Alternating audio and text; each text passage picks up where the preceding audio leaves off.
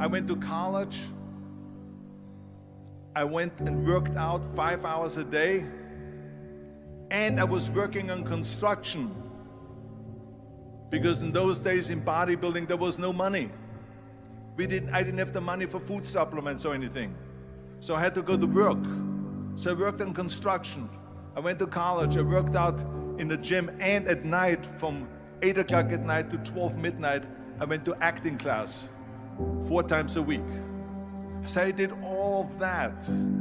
There was not one single minute that I wasted. And this is why I'm standing here today.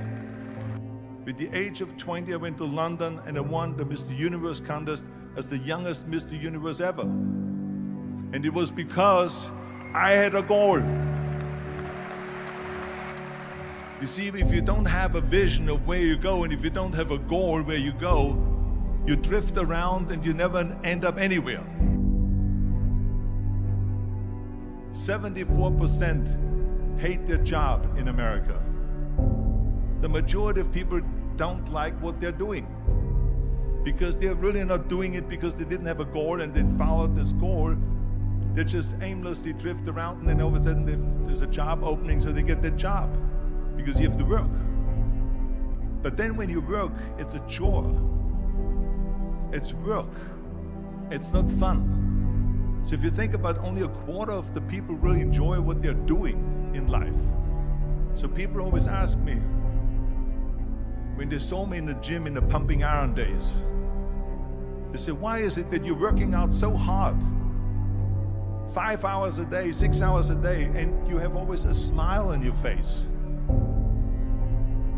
The others are working out just as hard as you do, and they look sour in the face. Why is that? And I told people all the time, I said, because to me, I'm shooting for a goal. In front of me is the Mr. Universe title. So every rep that I do gets me closer to accomplishing that goal, to make this goal, this vision, turn into reality. Every single set that I do, every repetition, every weight that I lift will get me a step closer to turn this goal into reality. So I couldn't wait to do another 500-pound squat. I couldn't wait to do another 500-pound bench press. I couldn't wait to do another 2,000 reps of sit-ups. I couldn't wait for the next exercise. So let me tell you something, visualizing your goal and going after it makes it fun. You got to have a purpose no matter what you do in life.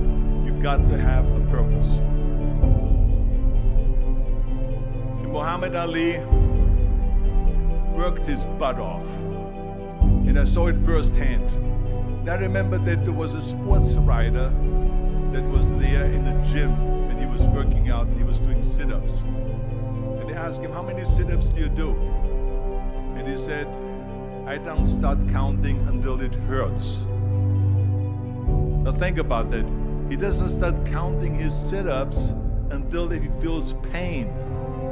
That's when he starts counting. That is working hard. And so you can't get around the hard work. It doesn't matter who it is. Work your ass off. There is no magic pill. There is no magic out there. You cannot get around. You have to work and work and work. Make sure of this and make sure of that and all that stuff. So it's work. And it drives me crazy when people say that they don't have enough time to go to the gym for 45 minutes a day and work out.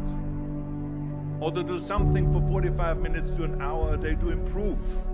If it is physically improve or if it is mentally to improve. Imagine you read 1 hour a day about history. How much you will learn after 365 hours in 1 year. Think about if you study about the history of musicians, of composers, how much you would know. Imagine if you would work on a business, on some business that you want to develop every day for an hour. Imagine how further along you will go and get. So it drives me nuts because when people say we don't have the time, we have 24 hours a day. We sleep 6 hours a day, so that gives you still 18 hours. There's someone shaking their head out here in front. They say probably, I don't sleep 6 hours, I sleep 8 hours, right? Or just sleep faster. So we have 18 hours a day. The average person works around 8 to 10 hours. So let's assume it's 10 hours, so we have 8 hours left. Then you travel around an hour a day, maybe 2 hours a day. So now you have still 6 hours left. So what do you do with these 6 hours? What do you do with these 6 hours? Then we eat a little bit, then we schmooze a little bit, talk a little bit to people and all that stuff. But you can see how much time there is available if you organize your day. So you got to work hard.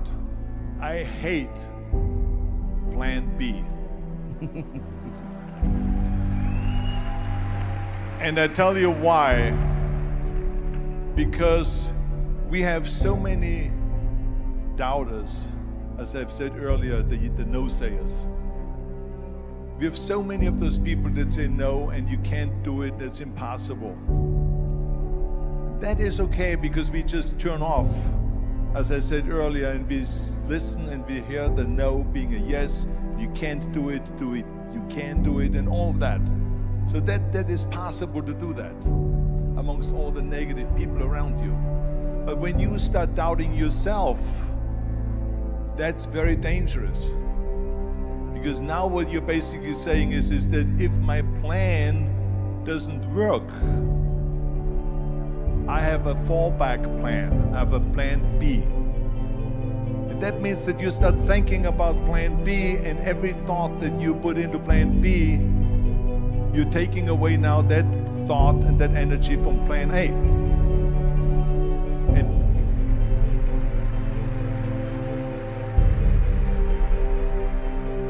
And it's very important to understand that we function better if there is no safety net, because plan B becomes a safety net. It says that if I fail, then I fall and I get picked up and I have something else there that will protect me. And that's not good, because people perform better when there's no safety net. People perform better in sports and everything else if you don't have a plan B. I'm telling you, I've never ever had a plan B. I made a full commitment that I'm gonna go and be a bodybuilding champion. I made a full commitment that I'm gonna be in America. I made a full commitment that I'm gonna get in the show business and I'm going to be a leading man. No matter what it takes, I will do the work.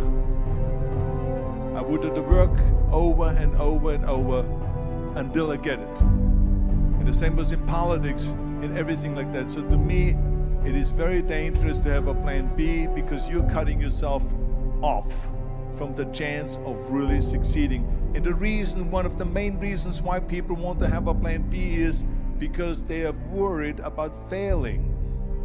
What is if I fail, then I don't have anything else? Well, let me tell you something. Don't be afraid of failing, because there's nothing wrong with failing. You have to fail in order to climb that ladder.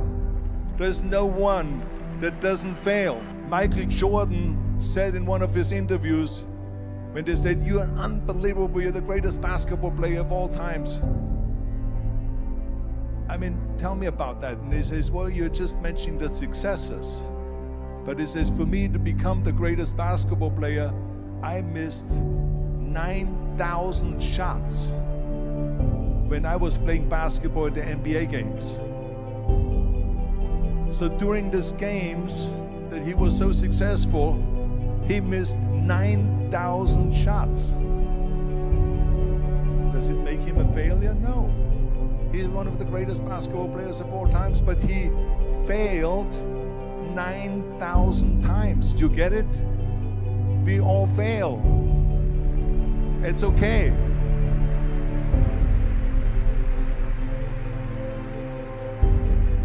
What is not okay is that when you fail, you stay down. Whoever stays down is a loser.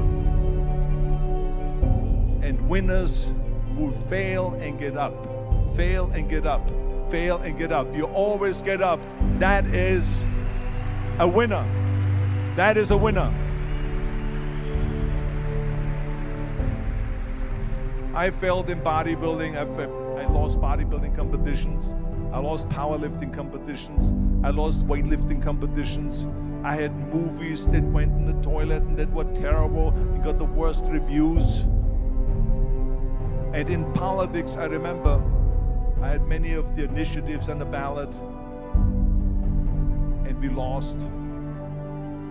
My approval rating in California went down to 28%, and then it went back up again, and I won again the governorship. Hey, we all lose. We all have losses. This is okay, and this is why I say don't be worried about losing, because when you're afraid of losing, then you get frozen. You get stiff, you're not relaxed. You got to be, in order to perform well in anything, if it's in boxing or if it is on your job or with your thinking, is only happening when you relax. So relax. It's okay to fail. Let's just go all out and give it everything that you got. That's what it is all about. So don't be afraid to fail.